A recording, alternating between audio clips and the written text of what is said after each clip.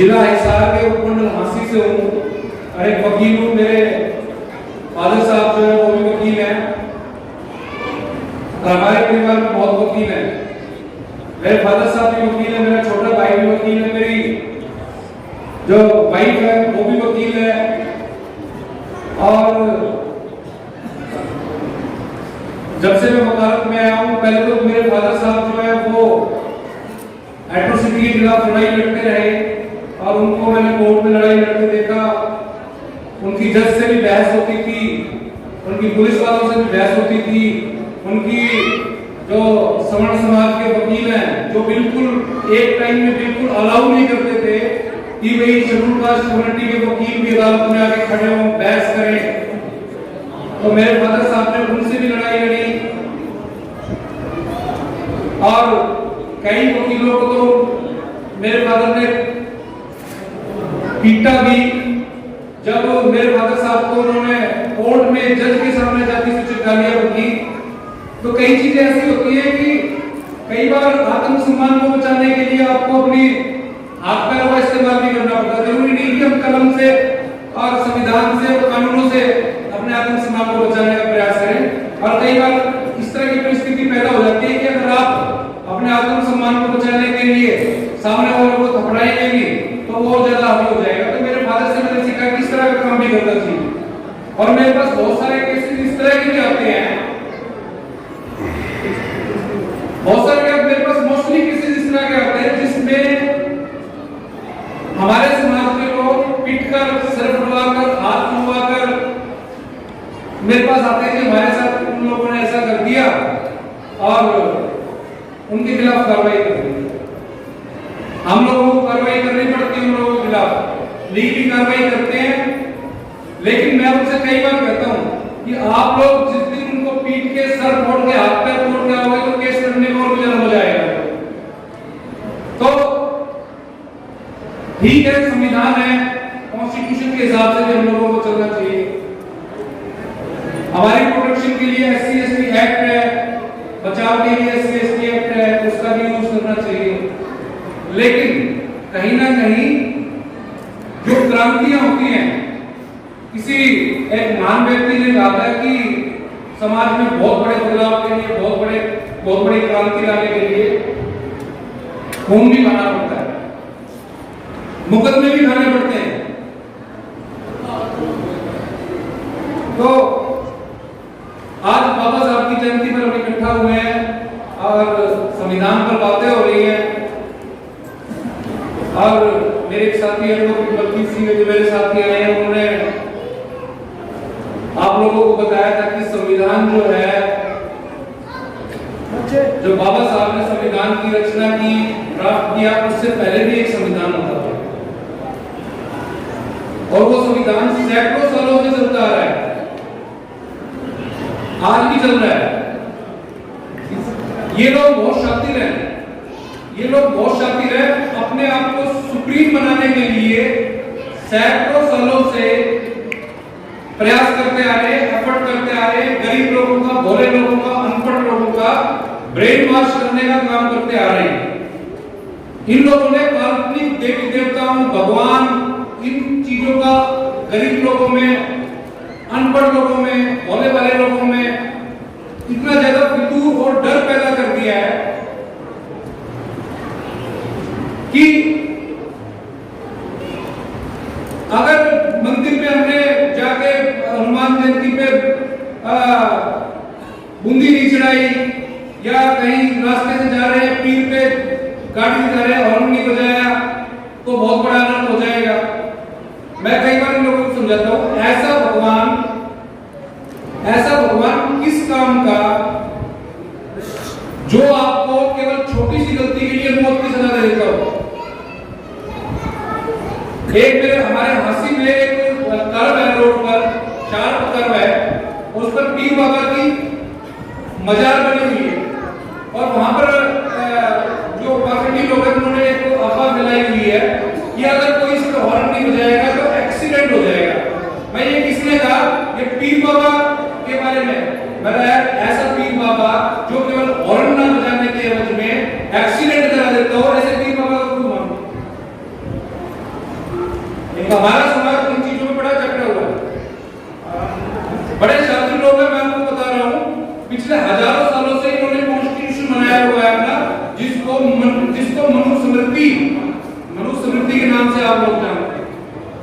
और वो मनुस्मृति में आप लोगों को वर्गीकृत कर दिया गया, विभाजित कर दिया गया। और जो जिन क्षत्रिय लोगों की बात कर रहा हूं, उन्होंने अपने आप को सबसे सुप्रीम पे रखा है, सबसे ऊंचाई पे रखा है ब्राह्मण करके। फिर उन्होंने क्षत्रिय जो अपने आप को राजपूत कहते हैं, फिर पैसे देने का हिसाब किताब रखने वाले वैश्य, और फिर शूद्र। अब ब्राह्मण, राजपूत और वैश्य, इन तीनों कम्युनिटीज के अलावा जो भी हैं वो सभी शूद्र हैं। लेकिन इन लोगों ने एक सुप्रीमेसी की भावना शूद्रों में भी पैदा कर दी कि हम लोग भी ऊंचे स्तर पर होने चाहिए। तो जो शूद्र कम्युनिटी के कुछ कम्युनिटीज हैं, जाट कम्युनिटी है, यादव कम्युनिटी है, गुर्जर कम्युनिटी है, और भी 2-4 कम्युनिटीज हैं, उन लोगों में भी होड़ मच गई है कि हम लोग भी सवर्ण हैं। अब सवर्ण है तो उनको भी अत्याचार करने के लिए कुछ ना कुछ चाहिए। हरियाणा में जाट कम्युनिटी के लोग एससी कम्युनिटी को टारगेट करते हैं, उस पर अत्याचार करने का काम करते हैं। इस तरह गुर्जर कम्युनिटी के लोग भी, और उत्तर प्रदेश में यादव कम्युनिटी के लोग, इसी तरह महाराष्ट्र में मराठे, गुजरात में पटेल, ये सारे शूद्र कम्युनिटी के लोग हैं अकॉर्डिंग टू मनुस्मृति के हिसाब से। लेकिन इन लोगों में भी और मच की ब्राह्मणवाद की, मनुवाद की। अब भारत में अंग्रेज आ गए और इन लोगों को लगा कि भाई हो सकता है ये अंग्रेजों ने धीरे-धीरे कानून बनाने शुरू कर दिए थे। गवर्नमेंट ऑफ इंडिया है और बहुत सारे कानून बनाए थे उन्होंने। अब इनको लगा कि कानून बनेगा कि अंग्रेज यहाँ पे या तो परमानेंट रहेंगे या नहीं रहेंगे, तो कोई ना कोई इस देश को चलाने के लिए संविधान बना के जाएंगे। तो तुम लोगों का कुछ ऐसा ऑर्गेनाइजेशन होना चाहिए, ये जो तुम्हारा वर्षों पुराना जो है उसको एक ऑर्गेनाइज्ड रूप देना जरूरी है। तो 1925 में इन्होंने पहली बार एक हिंदू राष्ट्र की जो परिकल्पना की और जनसंघ की स्थापना हुई। जो जनसंघ जो बाद में आरएसएस में कन्वर्ट हुआ, फिर 1982 में जो भारतीय जनता पार्टी इन लोगों ने बनाई। ये 1925 से इन्होंने हिंदू राष्ट्र की परिकल्पना की थी और 1925 से लगे हुए हैं कि हमको भारत का राजा बनना है, भारत का भगवाकरण करना, संसद का भगवाकरण करना।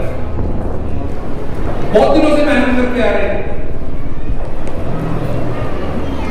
लेकिन हम लोगों को भी बाबा साहब जो है कॉन्स्टिट्यूशन हम लोगों को देखे गए। मेरे साथी ने कॉन्स्टिट्यूशन के बारे में बताया। कॉन्स्टिट्यूशन में मेरे साथी ने आपको बताया कि आपको बराबरी का अधिकार दे दिया, समानता का अधिकार दे दिया, अनटचेबिलिटी को, अछूतपन को, ऐसे पश्चात को खत्म कर दिया, आपको रिजर्वेशन दे दिया, आपको एजुकेशन दे दी, और मोस्ट वैल्यूएबल जो राइट था आपका वोट का अधिकार आपको दे दिया। अब हम लोग कहते हैं 85 है, हम लोग बहुजन वर्ड है, बहुजन मतलब एससी प्लस बीसी, हम लोग 85 है, 85 है, 85 मिलके हम लोग सरकार बना सकते। बाबा साहब भी सोचते थे कि इनको वोट का अधिकार दे दो, ये पढ़ लिख जाएंगे, कॉन्स्टिट्यूशन में हम लोगों ने पढ़ने लिखने का इनको राइट दे दिया, पढ़ लिख के इनको समझ आएगी, इकट्ठे हो जाएंगे, हो सकता है कि लड़ाई नहीं। लेकिन एक साथी हमारे अभी बीच में बोल रहे थे, भाषण दे रहे थे, उन साथी ने कहा कि हमारे समाज में ईर्ष्या वाली भावना बहुत ज्यादा है, एक दूसरे को नीचे गिराने वाली भावना बहुत ज्यादा है। कुछ तो ये बात हमारे समाज को लेकर आज तक सत्ता तक नहीं पहुंच रही है। दूसरी बात,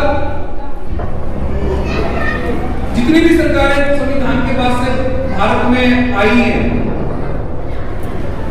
जितने भी प्रधानमंत्री आए हैं, उनकी पॉलिसीज यही रही है कि जो मूल अधिकार है, खासतौर पे जो अनुसूचित जाति, जनजाति, अल्पसंख्यक महिलाओं, इन लोगों को ऊंचे उठाने वाले अधिकार जो है, उन अधिकारों को लागू ना होने दें। चाहे आपका रिजर्वेशन का हो, चाहे आपके बच्चों को हायर एजुकेशन तक पहुंचाने का हो, चाहे आपको विधानसभा में, लोकसभा में पहुंचाने का हो। इन लोगों ने बड़ी बड़ी पार्टियां बना ली, और अभी एक साथी ने रिपीट भी किया था इस बात को कि हमारे जो हरियाणा में 17 एमएलए चुन के आते हैं, दिल्ली में भी मेरे ख्याल से 10-15 चुन के आते हैं रिजर्व से, 131-32 हमारे लोकसभा में एमपी चुन के जाते हैं। ये सारे पार्टियों के एजेंट चुन के जाते हैं। ये केवल अपनी पार्टियों की नीतियों का गुणगान करने वाले एक एजेंट है, उनको समाज से कोई मतलब नहीं, इनको समाज के साथ हो रहे अत्याचार, भेदभाव, उत्पीड़न से कोई मतलब नहीं।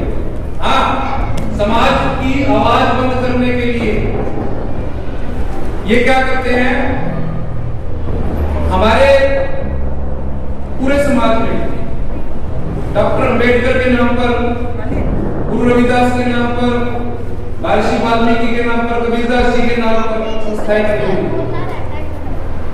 वो संस्थाएं, उन संस्थाओं का काम ही केवल एक है, वो उन संस्थाओं के बारे में कभी नहीं आपने सुना होगा कि अत्याचार की घटनाओं में कभी सड़कों पे आई है, कभी आंदोलन किए, कभी उनके पदाधिकारियों को उनको दिए जाते, ये नहीं सुना होगा। उन संस्थाओं का काम केवल इतना है।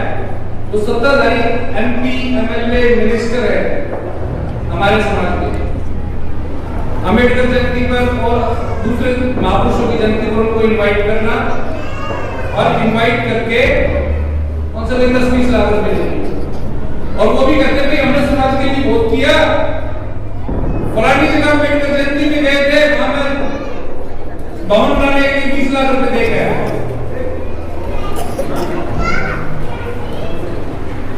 मैंने आपको बताया कि मैं पिछले 10-12 सालों से एट्रोसिटी पे काम करूंगा, अत्याचार पे, जो समाज के खिलाफ अत्याचार हो रहे हैं।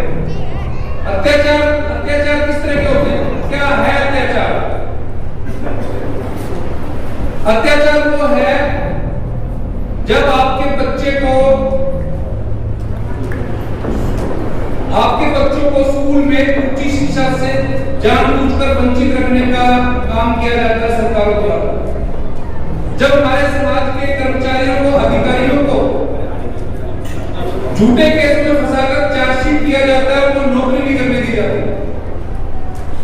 गांव में रहने वाले हमारे समाज के लोगों को जाति के नाम पर गालियां दी जाती हैं, उनको मारा जाता है, उनका पीटा जाता है, उनके कत्ल किए जाते हैं, उनकी बस्तियों में आग लगाई जाती है, और अगर वो कार्रवाई करते हैं तो उनका सोशल बाइकआउट किया जाता है, सामाजिक बहिष्कार किया जाता है। क्या आप लोगों ने कभी सुना कि कोई आपका प्रतिनिधि लोकसभा में, विधानसभा में इनके खिलाफ आवाज उठा रहा है?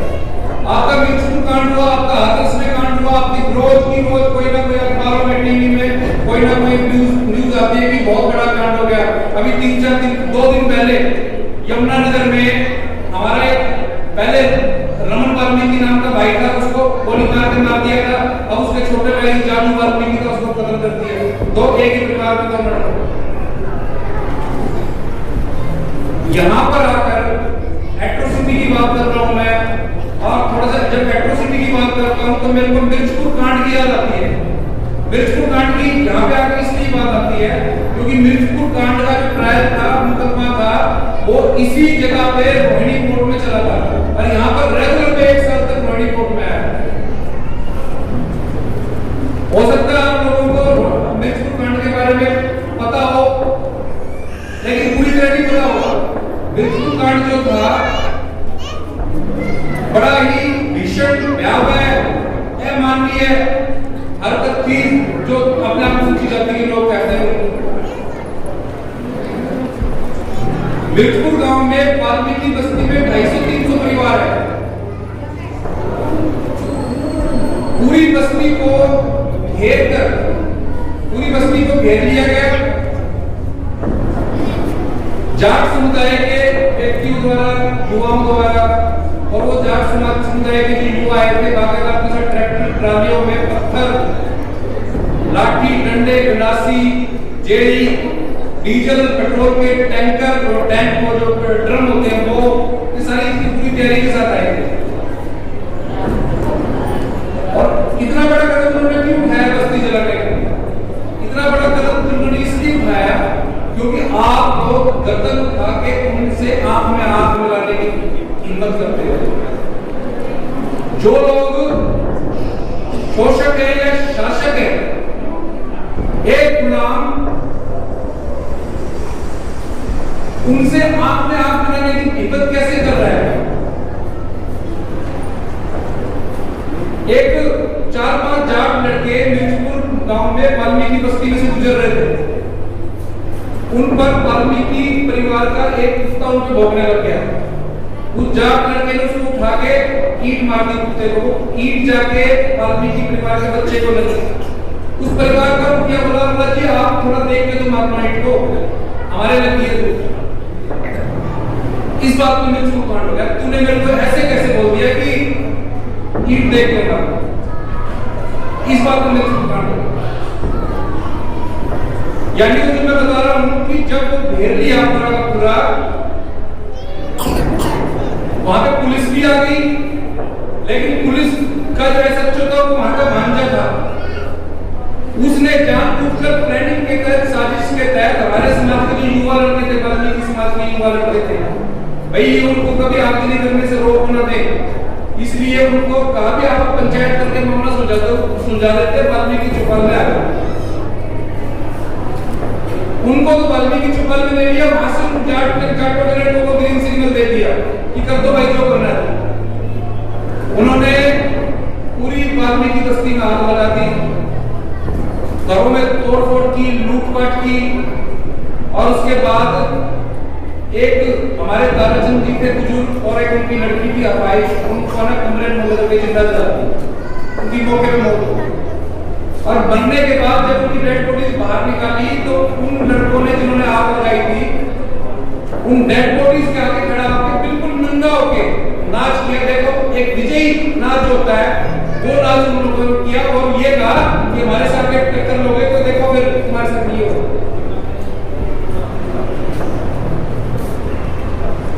और इस मामले में 130 लोगों के खिलाफ पर्चा दर्ज हुआ था, एफआईआर दर्ज हुई थी। मैं उस टाइम, मेरी कोई लंबी चौड़ी ज्यादा प्रैक्टिस नहीं थी, और मैंने देखा कि पुलिस आरोपियों को पकड़ के लाती थी बिना कोई रिमांड के, बिना पूछताछ के सीधा जेल दे रही थी। यानी इतने बड़े केस में रिमांड होना चाहिए ना भाई, उनसे हथियारों की भी रिकवरी होनी चाहिए, उनको मौके की निशानदेही होनी चाहिए, सारी चीजें होनी चाहिए क्रिमिनल केस की सारी फॉर्मेलिटी पूरा करने के लिए, लेकिन नहीं। हम लोग उसमें बतौर वकील खड़े हुए और उस केस में जब पहला चालान आया 40 लोगों के खिलाफ, हिसार की स्पेशल कोर्ट में, SC/ST की स्पेशल कोर्ट में जब पहला चालान आया तो मेरे 11 गांवों के समन आए थे जो पीड़ित थे, विक्टिम थे, जिनके घर जलाए गए थे, जिनको मारा पीटा गया। 11 गांवों के समन आए थे। और जब मैं बतौर वकील अपने गवाहों से बात करने लगा कि उनको बताने लगा कि अदालत में कैसे गवाही देनी है, तो वहां पर कम से कम 300-400 लोग खाप पंचायतों के कोर्ट की प्रेमिसेस के अंदर कोर्ट रूम के बाहर खड़े हुए थे। उन्होंने देखा कि ये वकील कहां से क्लियर हो गया भाई, और तू कौन है भाई? मैं इनका वकील हूं। बोला हमारा समझौता हो गया। मैं ऐसे कैसे समझौता हो गया? मैं अपने गवाहों को बताने लगा तुमको ये बताना है कोर्ट के अंदर। इतनी देर में मेरे साथ हाथापाई धक्का मुक्की शुरू कर दी और मैंने अंदर जाके भाग के जान बचा के जज साहब को बताई। जज साहब इस कोर्ट के विटनेस हैं और बहुत हाई प्रोफाइल केस है, बाहर गुंडागर्दी चल रही है, पुलिस चुपचाप खड़ी है और मैं जी मेरे विटनेस, ये कोर्ट के विटनेस है, तो आपने संबंध नहीं बुलाया इनको।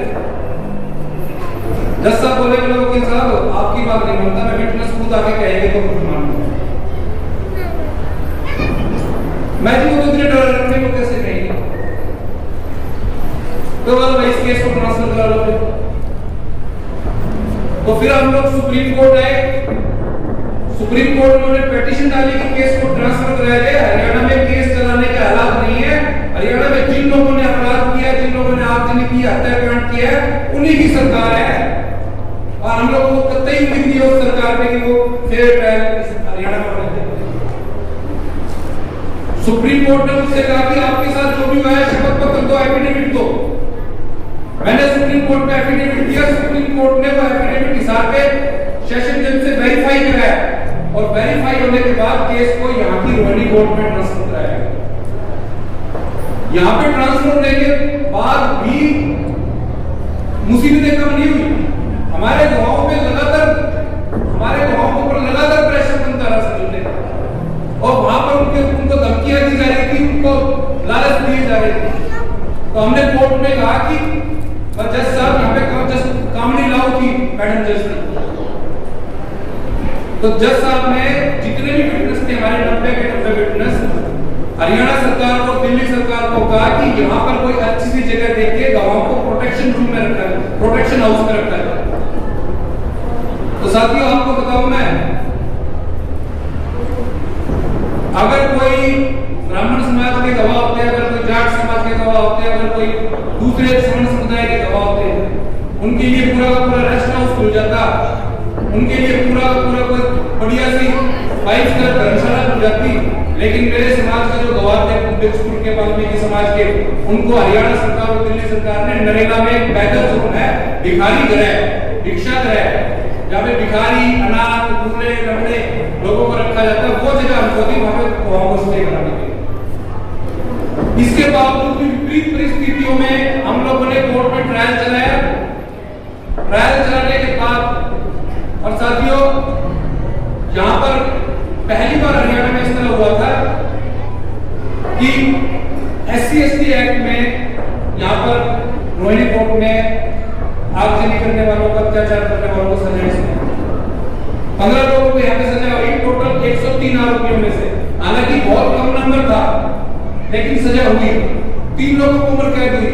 हम लोगों ने हाई कोर्ट में अपील की, और हाई कोर्ट में अपील करने के बाद जो सजाओं का नंबर बढ़ा, 12 लोगों को उम्र कैद की सजा हुई, बाकी लोगों को किसी को 5 की हुई है, किसी को 7 की हुई है, किसी को 10 की हुई है। कुल 33 लोगों को सजा हुई, और सुप्रीम कोर्ट में मामला जो है वो पेंडिंग है। और हमारी उम्मीद है कि इस पर हम जो कन्विक्शन का नंबर है 50 से ऊपर लेके जाएंगे। तो इस तरह के जो केसेस हैं, जो बिरजपुर केस हुआ, बिरजपुर केस होने के बाद पहले क्या होता था, बिरजपुर केस से पहले हमारे लोगों के अंदर कॉन्फिडेंस ही नहीं था कि हमारे साथ अत्याचार की घटना हुई है और हम उसकी कंप्लेंट दे देंगे और FIR की दर्ज होगी या नहीं होगी। अगर FIR दर्ज हो जाएगी तो क्या उनको जेल भेजेंगे, नहीं भेजेंगे, उनकी बात सच्ची थी। बिरजपुर केस से पहले क्या होता था, खासतौर पे हरियाणा में, कि आप SC/ST एक्ट में कंप्लेंट दे दो, आपकी कंप्लेंट को प्रिलिमिनरी इंक्वायरी के नाम पे खारिज कर दिया, उसमें मुकदमा ही दर्ज नहीं होता था। लेकिन बिरजपुर केस के बाद बिरजपुर केस में मुकदमा भी दर्ज हुआ, सजाएं भी, हमारे लोगों में कॉन्फिडेंस भी आया, और उसके बाद इसमें लगातार हमारे लोगों ने तय कर लिया कि अब अत्याचार नहीं सके, कंटिन्यूस रिपोर्टिंग होनी शुरू होगी, और एकदम SC/ST एक्ट के FIR से ग्राफ बढ़ गया। और साथियों आपको एक बात और बताऊं मैं, भाई तो हमारे वक्त है, तो जो हमारे ऑर्गेनाइजर है, मैं थोड़ा सा समय चाहूंगा भाई है, अरे भाई मुख्य वक्ता हूँ, लेकिन मैं तो बोलने को यार आपको बताइए।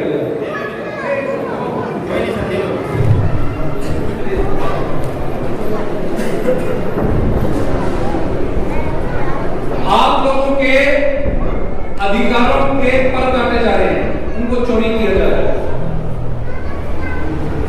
कॉन्स्टिट्यूशन के बाद हमारा जो सबसे पुख्ता हथियार है अपने आप को बचाने का, अपनी इज्जत को बचाने का, अपनी जान को बचाने का, अपने आत्मसम्मान को बचाने का SC/ST एक्ट। 2018 में सुप्रीम कोर्ट में एक पिटीशन डाली गई और उस पिटीशन में सुप्रीम कोर्ट ने जजमेंट दे दिया SC/ST के खिलाफ। SC/ST एक्ट में प्रोविजन था कि आपको एफआईआर दर्ज करनी है, SC/ST में अपराध करने वाले की अग्रिम जमानत भी होगी, गिरफ्तारी के लिए किसी उच्च अधिकारी की अनुमति की आवश्यकता नहीं है। लेकिन सुप्रीम कोर्ट ने जजमेंट में कह दिया कि भाई अब अग्रिम जमानत भी होगी, तुरंत एफआईआर दर्ज नहीं होगी, पहले पुलिस वाला प्रिलिमिनरी इन्वेस्टिगेशन करेगा, प्रारंभिक जांच करेगा, बनती होगी तो एफआईआर दर्ज करेंगे, नहीं तो नहीं करेंगे। और अगर एफआईआर दर्ज होगी तो गिरफ्तारी के लिए पहले उच्च अधिकारियों की अनुमति लेनी पड़ेगी। यानी एक तरह से SC/ST एक्ट उन्होंने खत्म कर दिया। इसके बाद एक क्रांति आई, अभूतपूर्व क्रांति आई, ऐतिहासिक आंदोलन हुआ, ऐतिहासिक भारत बंद हुआ 2 अप्रैल को 2018। पता नहीं कहां से लोगों में एक जागरूकता आई और इसका श्रेय केवल सोशल मीडिया को देना ठीक हो। सोशल मीडिया के जरिए क्रांति चली और उसमें ऐतिहासिक भारत बंद हुआ। हमारे 17 लोगों ने अपनी शहादत दी और उसके चलते सुप्रीम कोर्ट को भी अपना निर्णय वापस लेना पड़ा और सरकार को भी SC/ST अमेंडमेंट एक्ट बनाना पड़ा और SC/ST एक्ट में संशोधन करना पड़ा। ये सारी आप लोगों की एकजुटता का परिणाम था।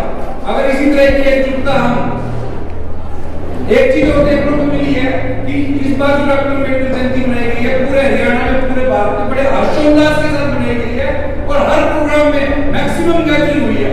बहुत ज्यादा आपका काम मेरे को पता नहीं है, लेकिन आपका हॉल पूरा भरा हुआ है और प्रोग्राम के आखिरी पल चल रहे हैं और आप इसको चल रहे सुन रहे हैं, सभी जगह पर बैठे हुए। लेकिन ये जो अवेयरनेस बाबा अम्बेडकर साहब की जयंती पर हम लोगों ने दिखाई है, इस अवेयरनेस को पॉलिटिकल अवेयरनेस में भी करना पड़ेगा, कन्वर्ट करना पड़ेगा और कन्वर्ट करके ऐसे लीडर्स को, ऐसे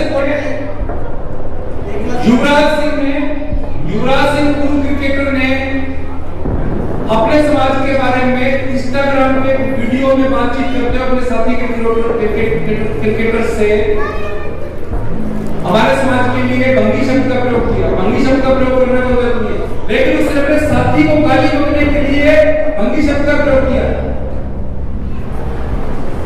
उसकी वीडियो वायरल हुई और हमने उसके खिलाफ पुलिस में कंप्लेंट दी। पुलिस ने कंप्लेंट तक दर्ज नहीं की क्योंकि बहुत बड़ी हस्ती थी। हम लोग लगातार कार्रवाई करते रहे, रुके नहीं, कोर्ट में गए, SC कमीशन में गए, ह्यूमन राइट कमीशन में गए, होम मिनिस्टर के पास गए। 8 महीने बाद हम उसमें एफआईआर दर्ज कराने में सफल रहे युवराज सिंह के खिलाफ। हमने उसके खिलाफ मुकदमा दर्ज कराया युवराज सिंह के खिलाफ और युवराज सिंह के खिलाफ मुकदमा दर्ज कराने के बाद वो हाई कोर्ट में भागा फिर कि मेरे खिलाफ गलत एफआईआर दर्ज हुई। मैंने तो भंगी शब्द है ना, मैंने तो भंगी शब्द जो है वो भंगेड़ियों के लिए कहा था जो भांग पीते। अब भाई ना तो जज घास खाते ना हम घास खाते, इस तरह की जो बातें ये कही सकती थोड़ी। हाई कोर्ट ने उसकी पिटीशन खारिज कर दी और कह दिया तेरे खिलाफ एफआईआर बनती है और उसको कहा कि पुलिस के सामने जाके पेश हो, जांच में शामिल हो। और वो पुलिस के सामने पेश हुआ, हंसी आया। पुलिस के सामने 3-4 घंटे उसको कस्टडी में लेकर गिरफ्तार करके उससे पूछताछ हुई और पूछताछ करने के बाद उसको जांच में दोषी पाया, उसके खिलाफ चालान तैयार हो गया और अब उसी हिसार की कोर्ट में वो तारीखें भुगतेगा और उसकी सजा भी होगी। और इसके तुरंत बाद वो तारक मेहता का उल्टा चश्मा की हीरोइन बबीता जी, मुनमुन दत्ता, उसने भी एक YouTube पे वीडियो जारी की थी और उस वीडियो में ये कहा उसने कि मुझे YouTube पर आना है, अपना ऑडिशन देना, अच्छा दिखना, भंगियों जैसा नहीं दिखना है। उसकी वीडियो भी वायरल हुई, वो भी हम तक पहुंची। उसके खिलाफ जिस दिन कंप्लेंट दी उससे अभी तक उसके खिलाफ एफआईआर दर्ज। उसके बाद एक और फिल्म हुई थी वीणा चौधरी, बिग बॉस में भी आई थी, ओम शांति ओम में भी आई थी। उसने भी यही बात कही, उसके खिलाफ भी हमने एफआईआर दर्ज कराई और वो दोनों फिल्मी एक्ट्रेस भी फांसी में पेश हुई, गिरफ्तार हुई, उनके खिलाफ चालान पेश हो रखा है और वो उन लोगों की भी 5 साल की सजा हुई। और आपने भी एक वो लाला रामदेव वाली बात सुनी होगी, लाला रामदेव ने भी 2014 में हमारे समाज की महिलाओं के बारे में बहुत गलत बात की। उसने कहा था कि भी राहुल गांधी जो है ये तो विदेशी लड़की से शादी करना चाहता है, इसकी मां चाहती है एक देसी लड़की से शादी कर लेता कि प्रधानमंत्री बन जाए। अब इन दोनों माँ बेटों की कशिश में उसकी शादी नहीं हो रही है, तो राहुल गांधी क्या करता है अपनी भड़ास शांत करने के लिए दलित परिवारों के घरों में रात को हनीमून मनाने जाता है। उसके खिलाफ भी पूरे इंडिया में 15-20 एफआईआर दर्ज हुई थी। सभी एफआईआर में वो स्टे करा रहा है सुप्रीम कोर्ट से, लेकिन हमारे वाले केस हमने उसके खिलाफ एफआईआर दर्ज नहीं कराई, हमने उसके खिलाफ सीधा कोर्ट में कंप्लेंट की और उस कंप्लेंट में उसको तलब किया गया, वकील के पास वो कोर्ट में पेश हो रहा है और उसको भी जेल के पीछे सलाखों के पीछे भेजने का हम लोग काम कर रहे हैं। साथियों, एक आखिरी संदेश और आपके लिए कि बहुत से हमारे साथी हरिजन खुद के लिए हरिजन शब्द का इस्तेमाल करते हैं और दूसरे तो करते ही हैं। एफआईआर में, अखबारों में, पंचायत की कार्रवाई में, सरकारी कागजों में हमारी एससी जाति के लिए हरिजन शब्द का इस्तेमाल किया जाता है। और 1982 में 1982 में ही भारत सरकार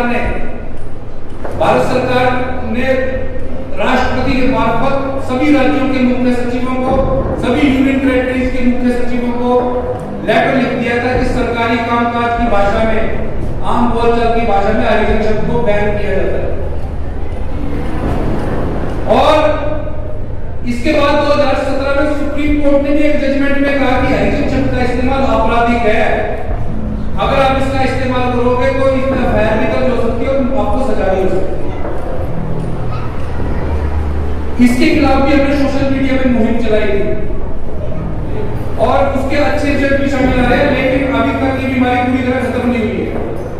आप लोगों से अनुरोध है कि ना तो खुद हरिजन शब्द का इस्तेमाल करें, ना किसी को करने दें।